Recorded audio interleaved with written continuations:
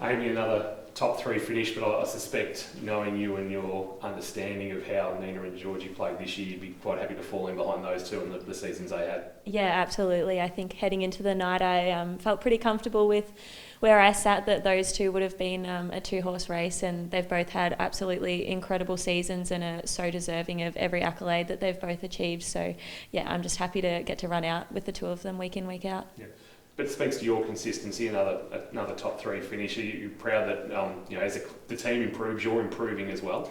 Yeah, definitely. I think consistency is something that I really strive myself on, and each year I want to, continue to grow and develop and bring something valuable to this team. So yeah, the team, as you say, is really building, and I want to follow that because the competition is as well. So we've got to improve. Yeah. The prelim final finish, obviously heartbreaking to go out that way, and then go on to see Brisbane win the flag very close as well. Has there been what could have been moment in your head over the last 10 days? I mean, there's always a what could have been. It's hard not to, have those thoughts. And I think initially, it was pretty hard to, lose by 4 points when it felt like we didn't possibly deserve to lose. We played really good footy for 4 quarters, but looking back now, when you've had a little bit of time to let that sit, I think it was a really incredible season. And if you had said at the start of the year that we'd get to a prelim and we'd lose to the Premiers by 4 points, we'd take that every day of the week. So yeah, it was a pretty amazing season. Obviously the top 3 being all pretty established midfielders, it shows the depth that you have in that rotation. What's the season been like, for Georgie and Nina, and how far they've come in their sort of short careers? Yeah, absolutely. I think both of them are so young. I think Nins is 23 next week and Prez is still 20, and they're already achieving pretty incredible things. And as a unit and as a collective, we've worked together for a few years now, so we're really building that connection between us. And with Ez and Darbs rucking and Das coming through there as well, we've got a really tight-knit group now, and we're starting to understand how each other play and what we're going to do before it happens. So we're building great connection, and I think it's pretty exciting because we should be together for a few years to come. Obviously a bit of turnover a couple of seasons ago. Last year was a relatively successful one, making the finals, but obviously made that next step this year. Is it obviously all on the upward trajectory, but that consistency with the playing group seems to be really meshing and gelling at the moment? Yeah, absolutely. I think ever since Dan came in as head coach, they've all sort of had a little bit of a plan, and I guess the outcome that you're seeing now is off the back of a couple of years of really hard work, and that consistency of the list is one of those things that really helps playing together, more and more.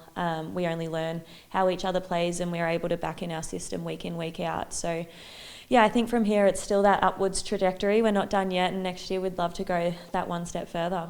Been very quiet in the trade period as a team. I'm sure you're probably not across everything, but it sort of speaks to the faith in the playing group that the right group for a premiership tilt is here, and you don't really want to add too many pieces to it. Yeah, 100%. I think why wouldn't you want to play down here at the Cats? I think it's incredible culture. We've got an amazing group of girls and staff, and then the fans as well. I think we hit number 1 for membership in the AFLW, and we certainly felt it out there on the field this year.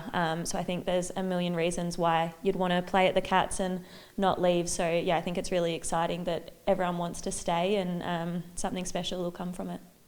It's the US last off-season. What does this off-season hold? I think this off-season will be a little bit quieter. Last year, obviously, heading over to the States with Prez was pretty amazing. Did some training over there, and it's something that I'd love to do, but maybe that might be a 2025 trip. What do you do for the next 5 months to ensure that, I suppose, when you get back for pre-season, that it's ready to go, and by the time they bounce the ball in August, you hit the ground running? Yeah, I think initially now I'll have a little bit of a down period, give the body a rest, but I think pretty much on the other side of Christmas we'll probably individually start doing a bit of the training, and I know we all miss each other's face from seeing each other 4 times a week to not at all, so I think you'll see quite a few of us out here, whether it's in the gym or starting to have a kick together, so we'll slowly build back up before pre-season starts. You get to reflect at the end of the season, but personally, have you been able to reflect on what you've achieved? Obviously coming up a VFL list into the program, 3 best and fairest, now a top 3 finish. Do you get a chance to look back and go, gee, we've come so far, but then look forward and go, all right, how do I take my game to another level?